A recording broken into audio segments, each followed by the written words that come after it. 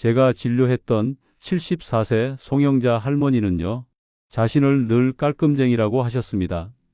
아침마다 먼지 한 톨 안 보이게 거실 바닥을 물걸레로 닦으셨고, 속옷은 무조건 삶아서 입을 만큼 청결을 중요하게 여기셨죠. 그런데 생일날 며느리와 손주들이 작은 파티를 열어주었을 때 손주가 조용히 엄마에게 이렇게 말하는 걸 들으셨다고 해요. 엄마, 나 할머니 옆에 안 앉으면 안 돼? 할머니한테 이상한 냄새가 난단 말이야. 그 말을 들은 순간 할머니는 아무렇지 않은 척 웃었지만 그날 밤 침대 안에서 이불을 껴안고 한참을 우셨다고 합니다.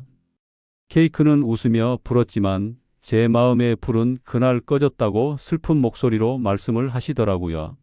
오늘은 조금 조심스러운, 하지만 정말 꼭 필요한 이야기를 하려 합니다. 노인 냄새 혹은 어르신의 채취에 관한 이야기입니다. 여러분은 혹시 이런 경험 있으신가요? 버스에 탔는데 옆자리가 비어 있는 상황. 손주가 무릎에 올라타지 않으려는 낯선 거리감. 가족들이 은근슬쩍 창문을 자주 여는 느낌. 이런 일들이 반복될 때 우리는 마음속으로 슬며시 묻습니다. 혹시 나에게서 냄새가 나는 건 아닐까? 하고 생각하게 됩니다. 68세 박진명 할아버지는 똘똘하고 공부 잘하는 손녀를 엄청 사랑하고 귀여워하고 있습니다. 손녀가 초등학교에서 가장 좋아하는 사람이라는 주제로 그림과 편지를 써오는 날이 있었죠. 박 할아버지는 당연히 우리 할아버지가 가장 좋아요 라고 쓸 줄 알았습니다. 그런데 손녀는 그림에서 할아버지를 조금 떨어진 곳에 그렸습니다. 그리고 편지에는 이렇게 쓰여 있었어요. 나는 할아버지가 좋은데 너무 가까이 있으면 냄새가 나서 조금 힘들어요. 그래도 나는 할아버지가 웃을 때 좋아요. 편지를 받아든 박 할아버지는 아무 말도 못했습니다. 몇 번이나 편지를 접었다 폈다 하다가 결국 그날 저녁 혼자 욕실에서 온몸을 3번이나 씻으셨다고 합니다. 깨끗이 씻었는데도 왜 그런 말을 들었을까? 내 몸에서 그런 냄새가 났다는 게 아직도 마음에서 안 사라져요. 비누칠을 3번을 했어요. 근데 아무리 씻어도 그 말이 머릿속에서 지워지지 않더라고요. 손녀가 나를 싫어한다는 건 아닌데 그 냄새가 나도 모르게 사람을 밀어낸다는 게 너무 슬펐어요. 그분은 매일 깨끗하게 씻고 속옷도 자주 갈아입으며 청결을 잘 챙기시는 분이었습니다. 그런데도 냄새가 났다는 사실은 단순한 위생 문제가 아니라 노화로 인한 생리적 변화에서 비롯된 것이었습니다. 여러분, 이 두 분이 불결해서 이런 일을 겪으셨을까요? 절대 아닙니다. 송영자 할머니는 매일 샤워하셨고 박진명 할아버지는 외출 전 향수까지 뿌릴 정도로 깔끔한 분이셨습니다. 그럼에도 불구하고 그분들에게서 특유의 냄새가 감지됐다는 건 청결 문제가 아니라 노화로 인한 신체 변화 때문입니다. 나이가 들면 땀이 줄고 피지 성분이 바뀌며 몸 안의 대사 작용도 달라집니다. 그로 인해 노레날이라는 냄새 분자가 증가하게 되고 이 물질이 바로 사람들이 흔히 말하는 노인 냄새의 정체입니다. 여기에 구강 건조, 피부 각질, 입냄새, 신발 냄새, 심지어는 침구류와 의복에서 발생하는 잔류 냄새까지 복합적으로 더해지며 본인은 인식하지 못한 채 주변 사람들에겐 불쾌한 냄새로 인식되는 상황이 벌어지는 겁니다. 대부분의 어르신이 겪고 계시지만 그 누구도 솔직하게 말해주지 않기 때문에 당사자는 끝까지 모르고 지나치는 경우가 많습니다. 여러분, 이 영상은 냄새 이야기 같지만 사실은 관계 이야기입니다. 냄새는 아무 말 없이 사람을 멀어지게 만듭니다. 말로 하지 않아도 표정으로 느껴지고 행동으로 거리를 둡니다. 손주가 무릎에 안 앉고 가족들이 방에 오래 머물지 않고 친구들도 조용히 연락을 줄입니다. 하지만 더 무서운 건 아무도 이걸 정면으로 말해주지 않는다는 겁니다. 그래서 어르신들은 왜 사람들이 멀어지는지도 모른 채 혼자 상처받고 외로워지고 자신감을 잃어갑니다. 더 이상 그러지 않으셔도 됩니다. 이 영상 하나면 여러분은 다시 사람 곁에 설 수 있습니다. 가족들이 다시 옆에 앉고 손주들이 안아주고 나 자신을 더 당당하게 느끼게 될 겁니다. 제가 50년 동안 환자들을 진료하며 수천 명의 어르신에게 확실한 효과를 본 방법만 모았습니다. 오늘 영상이 그 시작점이 될 수 있습니다. 제가 지금부터 여러분께 노인 냄새가 왜 생기는지, 그리고 그걸 어떻게 예방하고 어떻게 개선할 수 있는지 40년 이상 환자를 진료하며 검증해온 방법으로 차근차근 알려드릴 겁니다. 다행히도 이 문제는 비싼 제품이 아니라 정확한 이해와 작은 실천으로 해결할 수 있습니다. 그리고 어쩌면 이 영상은 여러분의 삶을 바꿀 수 있는 가장 현실적이고 가장 시급한 기회일지도 모릅니다. 절대 그냥 넘기지 마세요. 지금부터 인생 후반전을 바꾸는 진짜 이야기를 시작하겠습니다. 자, 그럼 이제부터 노인 냄새의 진짜 원인과 몸 안에서 시작되는 생리학적 변화에 대해 하나씩 설명드려 보겠습니다. 본격적인 이야기를 시작하기 전에 오늘 주제가 마음에 드신다면 영상 아래 좋아요 버튼과 구독 버튼 한번 눌러주세요. 여러분의 작은 응원이 저에겐 아주 큰 힘이 됩니다.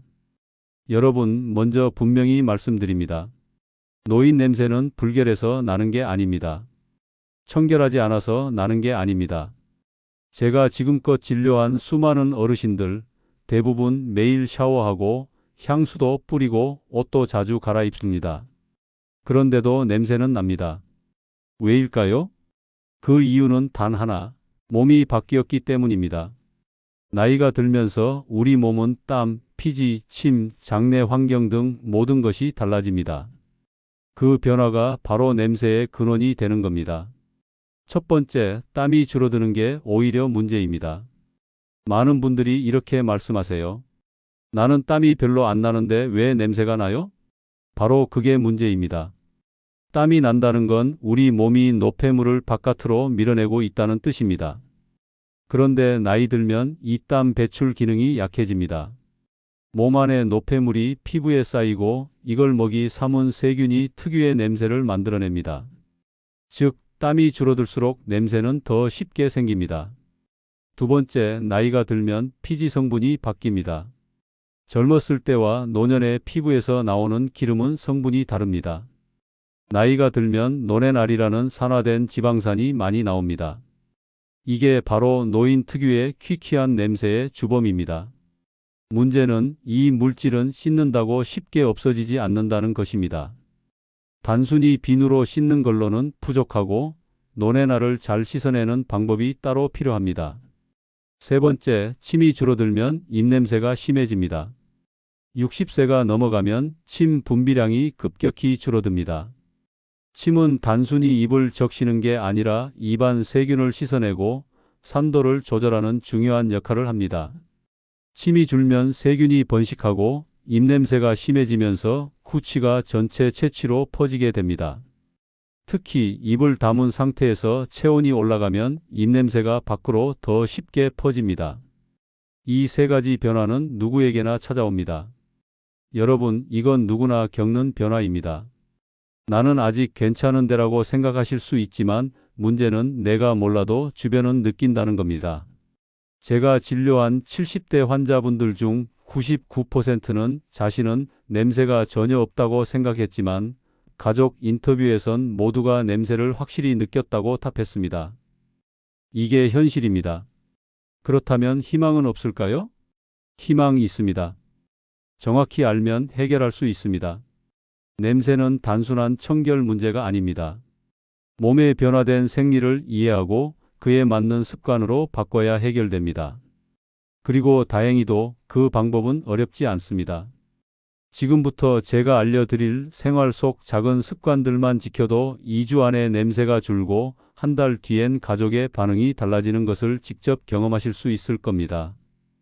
이제 노인 냄새를 만드는 잘못된 습관들과 냄새가 가장 많이 나는 부위 세 곳, 그리고 그걸 어떻게 씻어야 정말 냄새가 사라지는지 바로 이어서 설명드리겠습니다. 진짜 해결은 지금부터입니다. 앞에서 말씀드린 것처럼 냄새는 단순히 안 씻어서 나는 게 아닙니다. 문제는 어떻게 씻느냐입니다. 많은 어르신들이 매일 씻는데도 냄새가 나는 이유가 바로 여기에 있습니다. 어느 74세 어르신께서 제게 이렇게 말씀하셨습니다. 남 박사님, 저는 매일 샤워하고 떼수건으로 박박 문질러요. 그런데도 손주는 여전히 할아버지한테 이상한 냄새가 난답니다. 도대체 왜 그런 거죠? 이 질문을 듣고 제가 곧장 드린 대답은 단순합니다. 선생님, 방향이 잘못됐습니다. 몸을 닦는 행위 자체보다 중요한 건 무엇을, 어디를, 어떻게 씻느냐입니다.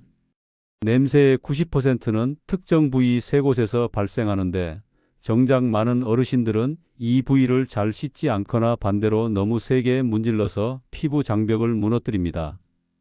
이제 그 세 곳과 제대로 씻는 법을 알려드리겠습니다. 냄새가 나는 진짜 부위 세 곳은 바로 이 부분입니다. 첫 번째는 살이 접히는 곳입니다.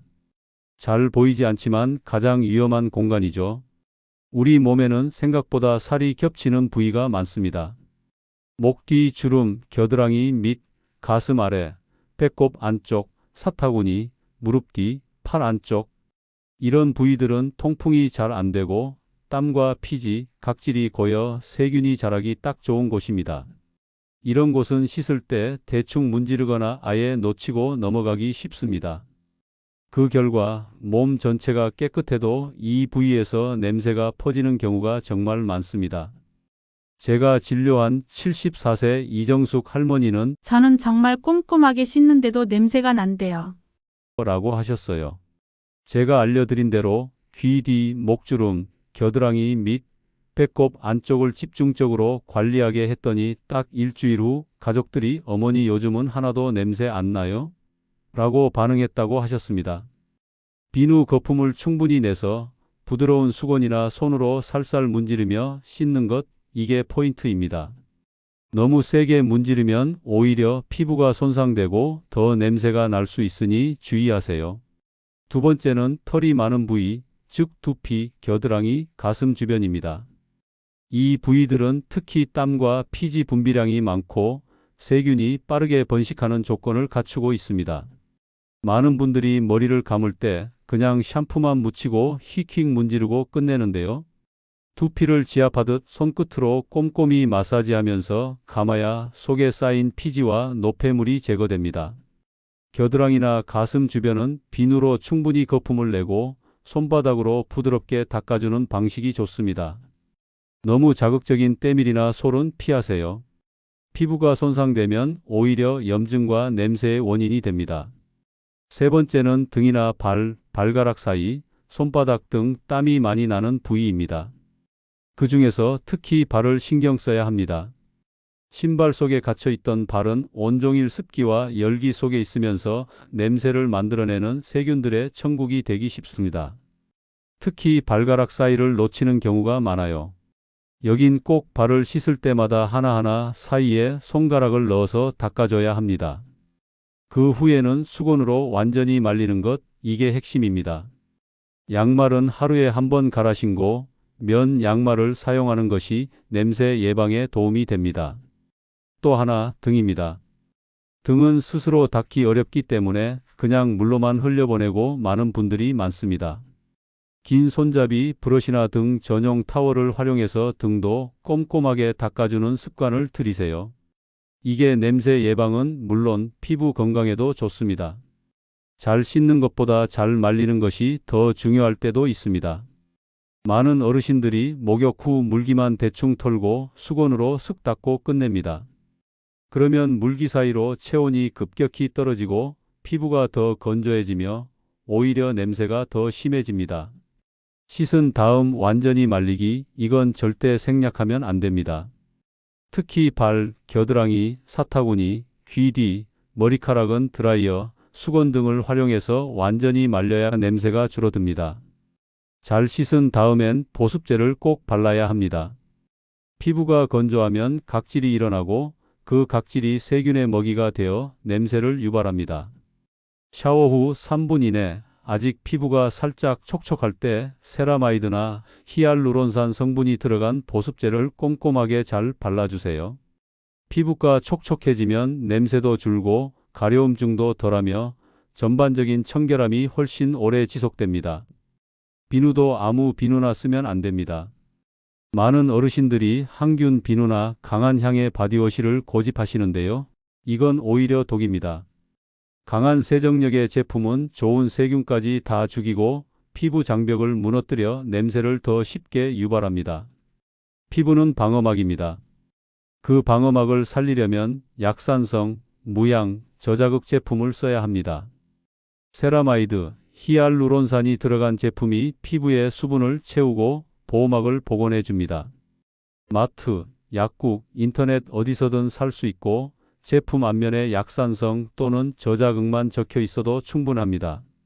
지금까지 말씀드린 방법들만 실천하셔도 냄새는 2주 안에 눈에 띄게 줄어들고 한 달 뒤엔 가족들이 먼저 알아챌 만큼 달라질 수 있습니다.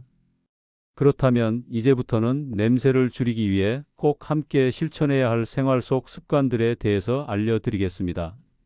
특히 식습관과 수분 섭취에 대해 자세히 알아보도록 하겠습니다. 사실 많은 분들이 몸에서 나는 냄새를 외부에서만 해결하려고 합니다. 하지만 제가 50년 동안 진료해 본 결과 몸 안에서 나는 냄새는 먹는 것과 마시는 것에서 출발합니다. 66살 한정희 할머니는요, 씻는 걸 정말 열심히 하셨어요. 하루 한 번은 꼭 샤워를 하시고 항균 비누로 박박 문지르셨습니다. 그런데도 가족들이 냄새 난다는 말을 자꾸 해서 제게 오셨죠. 진료실에서 생활 습관을 여쭤보니 물을 거의 안 마시고 커피만 하루 4-5잔, 그리고 과일이나 채소는 거의 드시지 않고 소금기 많은 국물만 자주 드신다고 하셨습니다. 제가 바꿔드린 건 단 3가지였습니다. 물을 하루 5컵 이상 마시게 하고 매일 아침 사과 반 개와 토마토 1개, 그리고 저녁엔 맵지 않은 채소 반찬 1-2가지. 딱 3주 후 그 할머니께서 다시 오셔서 하신 말이 아직도 기억납니다. 선생님, 저 요즘 손주가 제 무릎에 앉아요. 예전엔 옆에 앉지도 않던 아이가 말이에요. 뭔가 달라졌다고 하더라고요. 맞습니다. 냄새는 겉만 씻는다고 없어지지 않습니다. 몸속에서부터 깨끗하게 바꿔야 진짜 좋은 냄새가 나기 시작합니다. 첫 번째, 물은 냄새를 씻어내는 내 몸의 샤워기입니다. 물을 마시는 습관은 몸속에 쌓인 노폐물과 독소를 소변으로 배출시키는 데 가장 효과적입니다. 그런데 나이가 들수록 갈증을 잘 못 느끼게 되면서 물을 마시는 양이 급격히 줄어듭니다. 갈증을 느낀 후에 마시는 건 이미 늦습니다. 물은 시간을 정해놓고 마시는 습관이 필요합니다. 예를 들어 아침에 일어나자마자 미지근한 물 1컵, 점심 식사 30분 전 1컵, 오후 3시쯤 1컵, 저녁 식사 전후로 각각 1컵, 잠자기 전 미지근한 물 반 컵, 이렇게 하루 5컵에서 6컵 정도를 정해진 시간에 나눠서 마시는 것만으로 피부에 쌓인 노폐물이 빠지고 냄새도 눈에 띄게 줄어듭니다. 주의할 점도 있습니다. 커피나 녹차, 탄산음료는 수분 보충이 아닙니다. 오히려 이뇨작용 때문에 몸의 수분을 더 빼앗아가죠. 두 번째, 노인 냄새를 없애는 항산화 식품 꼭 드세요.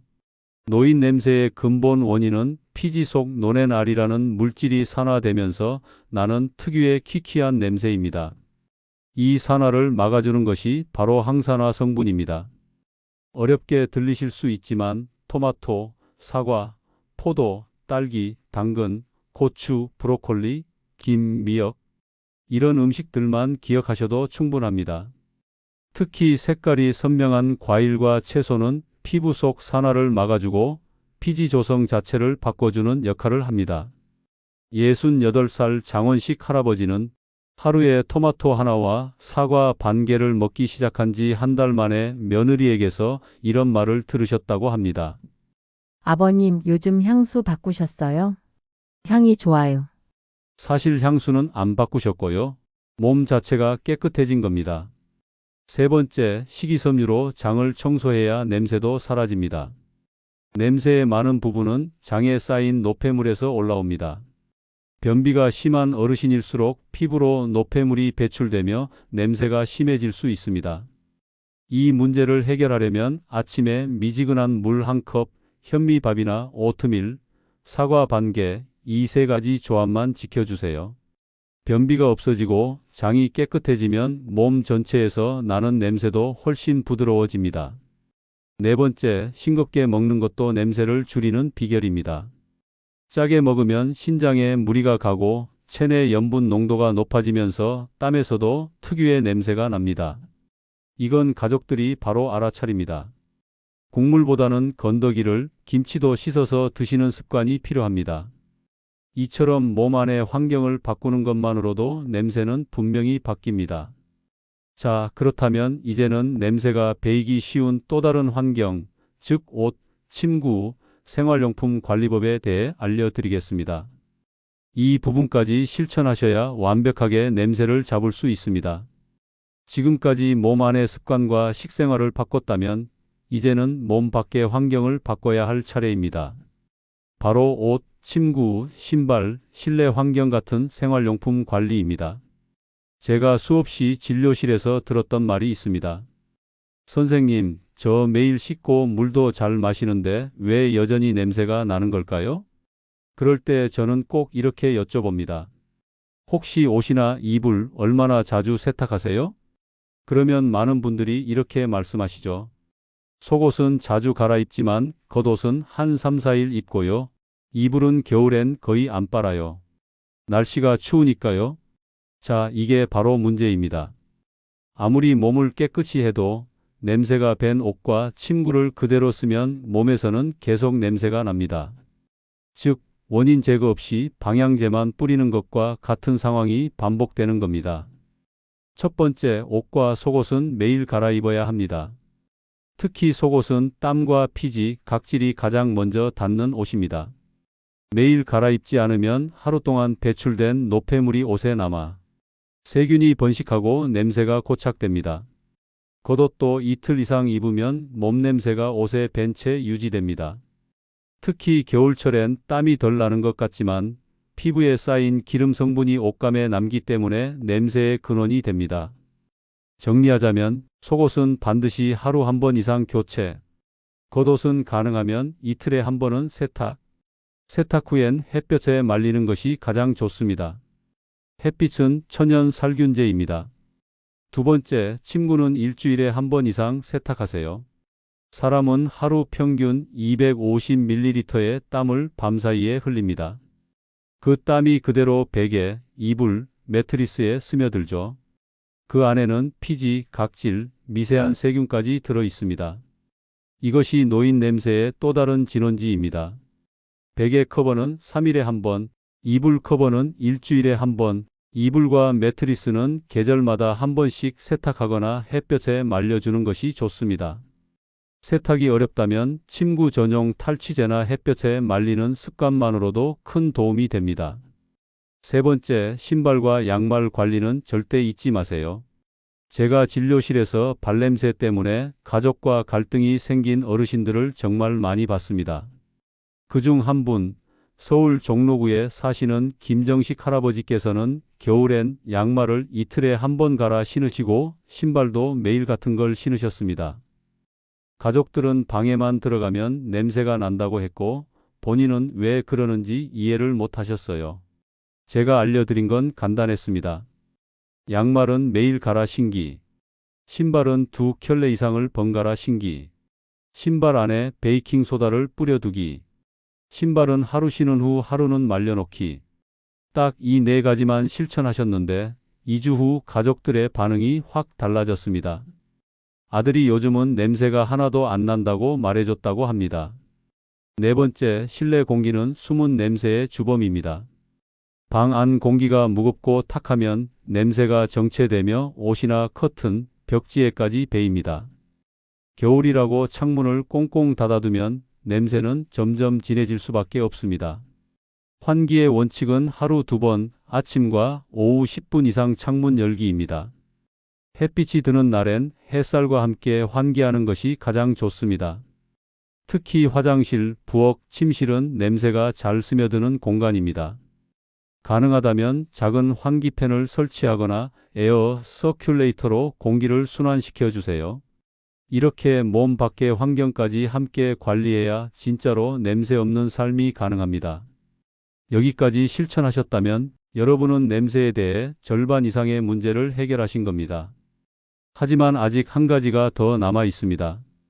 그것은 바로 입냄새입니다. 입냄새는 냄새의 시작이자 끝입니다. 몸을 아무리 잘 씻고 깨끗한 옷을 입고 침구까지 바꿔도 바로 옆에서 대화를 나누는 순간 입에서 나는 냄새 하나로 모든 게 무너질 수 있습니다.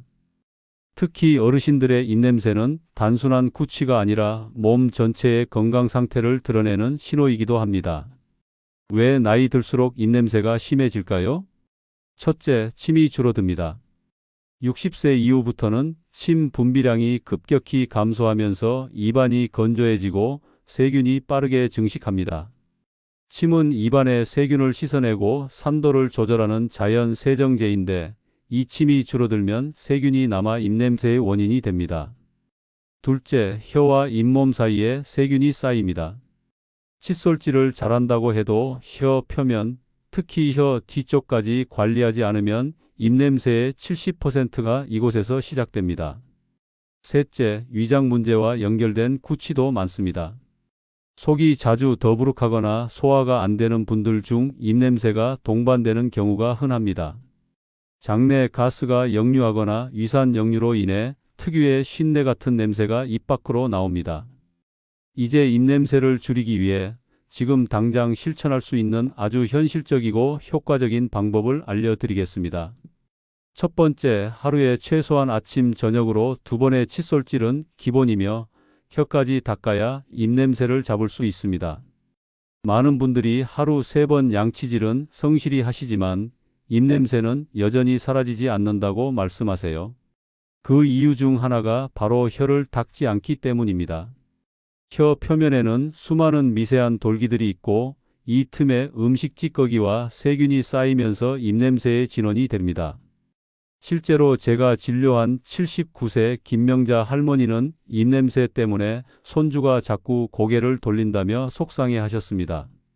그런데 제가 혀 클리너를 권해드리고 매일 거울을 보며 혀를 닦는 습관을 들이시자 2주 만에 냄새가 80% 이상 줄어들었고 손주도 다시 뽀뽀를 해줬다고 말씀하시더군요. 혀 클리너가 없다면 칫솔 뒷면의 돌기 부분이나 수건을 감은 손가락으로 부드럽게 닦아도 충분합니다.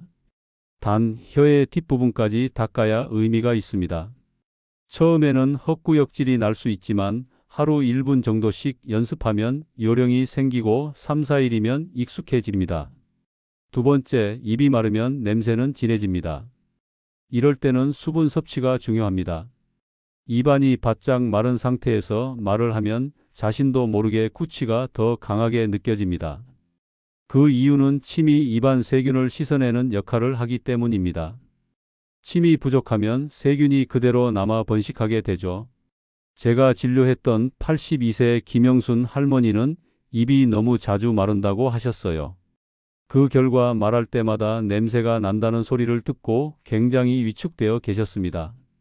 제가 알려드린 방법은 간단했습니다. 무설탕 껌, 특히 자일리톨 성분이 들어간 껌을 식후에 10분씩 씹는 것. 단 며칠 만에 입이 덜 마르고 입냄새도 눈에 띄게 줄었다며 이런 걸 왜 이제야 알았을까요? 하고 웃으시더군요.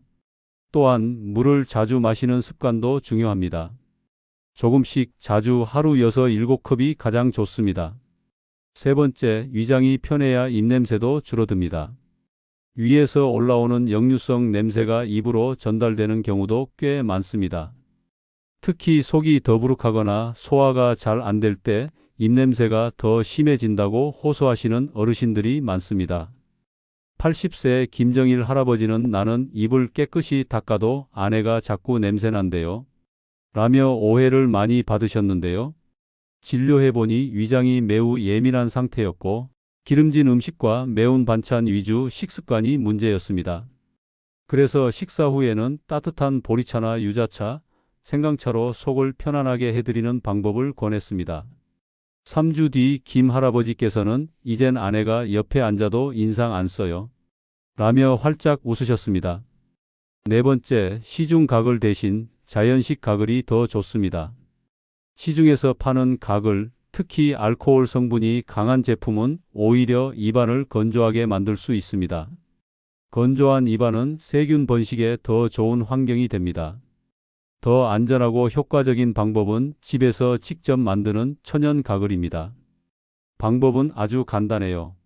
따뜻한 물 한 컵에 소금을 아주 조금, 즉 손가락 2개로 살짝 집을 정도만 넣고 잘 저어준 뒤 가글하시면 됩니다. 또 하나의 좋은 방법은 녹차를 진하게 우리고 식힌 물로 가글하는 것입니다. 녹차 속에는 강력한 항균 성분이 있어 입안의 세균을 줄이는 데 효과적이면서도 자극이 적어 입안을 건조하게 만들지 않습니다. 이런 자연 가글은 항균 작용이 있으면서도 입안을 건조하게 하지 않고 세균 제거에 큰 도움이 됩니다. 5번째, 틀니를 올바르게 관리하는 것이 입냄새를 예방하는 데 있어 중요한 부분입니다. 틀니를 사용하시는 분들 중 상당수가 나는 양치도 하고 입을 헹구는데 왜 냄새가 나지? 라고 말씀하시는데요. 틀니는 말 그대로 입속에 세균 온상이 될 수 있습니다. 음식 찌꺼기, 세균이 틈에 끼어 쌓이면 겉은 깨끗해 보여도 냄새가 나기 시작합니다. 84세 이명호 할아버지는 매일 닦는데도 며느리가 저랑 얘기하다 자꾸 창문을 열어요. 라며 속상해 하셨습니다. 틀니는 반드시 하루에 한 번 전용 세정제에 담가 두어야 하고 잠자기 전엔 반드시 빼서 깨끗이 말리는 습관이 필요합니다. 또한 입안 점막도 부드러운 수건이나 거즈로 닦아주는 것이 좋습니다. 의치 청결 관리를 잘한 그룹이 그렇지 않은 그룹보다 입냄새가 평균 70% 이상 줄어든다는 연구 결과도 있습니다. 이 5가지 습관만 실천하셔도 입냄새 때문에 사람 만나는 게 두렵다는 걱정에서 크게 벗어나실 수 있습니다. 단순히 냄새를 줄이는 차원을 넘어 자신감과 가족 간의 거리, 사회적 관계까지 바꾸는 힘, 그 시작이 바로 이 입안의 작은 변화에서 시작됩니다. 냄새가 사라지면 표정이 달라지고 말하는 목소리가 밝아지고 사람들과의 관계가 부드러워집니다. 제 환자 중 79세 이성자 할머니는 요즘은 대화할 때 눈을 마주칠 수 있어요. 이전엔 내가 냄새 날까봐 자꾸 고개를 숙였거든요. 라고 말씀하셨습니다. 그 작은 변화가 건강뿐 아니라 인생을 바꾸는 시작이 될 수 있습니다. 이제 영상의 마무리를 향해 가며 노년기의 냄새를 줄이고 건강까지 챙길 수 있는 5가지 생활 수칙을 정리해 드리겠습니다. 지금까지 들으신 내용을 실제 생활 속에서 실천하시려면 이 5가지만 기억하시면 됩니다. 생활 수칙 1. 전신 목욕은 일주일에 2-3회면 충분합니다. 노인분들 중엔 나는 하루라도 안 씻으면 찝찝해서 못 견디겠어 하시는 분들이 많습니다. 하지만 그 찝찝함이 진짜 더러움 때문일까요? 아닙니다. 그건 습관의 기억이지 몸의 상태는 아닙니다. 실제로 우리 몸은 매일 때를 밀지 않아도 건강하게 유지됩니다. 오히려 매일 전신 목욕을 하면 피부의 기름막이 사라지고 체온 조절 기능까지 약해져서 감기나 저체온증에 더 쉽게 노출됩니다. 그렇다고 안 씻을 수는 없죠. 그래서 제가 권하는 방법은 부분 세정입니다. 냄새가 나기 쉬운 부위인 겨드랑이, 사타구니, 발, 이렇게 3부위만 매일 따뜻한 물과 순한 비누로 부드럽게 씻어주시면 됩니다. 이것만으로도 충분히 청결을 유지할 수 있고 몸에 무리가 가지 않아 건강도 지킬 수 있습니다. 생활 수칙 2번째, 떼수건보다는 손을 사용하세요. 떼수건으로 박박 미는 게 청결하다고 믿는 분들이 많습니다. 하지만 65세 이상부터는 피부의 두께가 얇아지고 면역 세포가 있는 보호막도 약해집니다. 때를 미는 순간 피부에는 눈에 안 보이는 미세한 상처가 생기고 그 틈으로 세균이 들어가 염증을 일으킬 수 있습니다. 이런 분 계셨어요. 74세 최영자 할머니, 늘 떼수건으로 밀던 습관을 그대로 유지하셨죠. 피부가 가렵고 붉어져서 병원에 오셨는데 알고 보니 피부 장벽이 손상돼 세균 감염까지 번진 경우였습니다. 거품을 충분히 낸 비누로 손바닥으로 천천히 문질러 주세요. 그것만으로도 노폐물은 충분히 제거됩니다. 그리고 반드시 미지근한 물로 거품을 깨끗이 헹궈야 잔여 비누가 피부 트러블을 유발하지 않습니다. 생활 수칙 3번째, 보습은 피부 건강의 절반입니다. 씻고 나서 보습제를 바르지 않는 건 샤워만 하고 몸을 그대로 내버려 두는 것과 같습니다. 피부가 건조해지면 각질이 생기고 그 각질 속에 세균이 번식하며 특유의 노인 냄새가 발생합니다. 샤워 후 3분 안에 보습제를 바르세요. 이건 그냥 권장이 아니라 의학적으로 입증된 골든타임입니다. 피부의 수분이 날아가기 전에 수분을 잠가두는 시간이 바로 그 3분입니다. 세라마이드나 히알루론산이 들어간 제품이면 좋습니다. 마트나 약국에서 피부 장벽, 수분 보습, 저자극 이런 문구만 봐도 충분히 고를 수 있습니다. 83세 이화영 할머니는 보습제를 처음엔 번거롭다고 하셨지만 2주 지나고 나선 요즘은 손주가 내 팔 만지며 피부 좋다고 해요 하셨습니다. 그게 바로 생활 습관의 기적입니다. 생활 수칙 네 번째, 냄새 제거는 향으로 가리는 게 아니라 습도 조절로 예방해야 합니다. 많은 어르신들이 이렇게 말씀하십니다. 냄새가 날까봐 집안 여기저기 방향제를 뿌려요. 방 안 공기가 좀 답답해서 향수를 뿌리면 괜찮아지더라고요. 하지만 여러분, 방향제나 향수는 해결이 아닙니다. 냄새를 없애는 게 아니라 냄새 위에 또 다른 냄새를 더 씌우는 것에 불과합니다. 이건 마치 곰팡이 핀 벽에 페인트만 덧바르는 것과 같습니다. 표면은 예뻐 보여도 속은 여전히 썩어 있죠. 진짜 해결책은 바로 습도와 환기입니다. 냄새는 습하고 답답한 공기 속에서 더 강하게 퍼집니다. 게다가 습한 환경에서는 세균과 곰팡이가 더 잘 자라기 때문에 몸이나 옷, 침구에 배는 은은한 냄새가 점점 강해집니다. 그래서 다음 세 가지를 꼭 실천해 보세요. 1. 하루 2번 10분 환기만으로 공기가 바뀝니다. 아침에 1번, 저녁에 1번. 창문을 10분씩만 활짝 열어주세요. 찬 공기를 피하려 창문을 꼭 닫고 지내면 집 안 공기가 갇혀서 냄새가 점점 심해집니다. 실제로 82세 이기철 할아버지는 겨울엔 너무 추워서 창문을 안 열고 살았는데 선생님 말씀 듣고 하루에 2번씩 환기했더니 며느리가 아버지 방 냄새가 확 줄었어요 하더라고요 라고 하셨습니다. 2. 습도는 45%에서 55% 사이로 유지하세요. 습도가 너무 낮으면 피부가 건조해지고 각질이 생겨 냄새가 나기 쉽고 너무 높으면 세균이 번식하고 옷과 침구에서 묵은내가 납니다.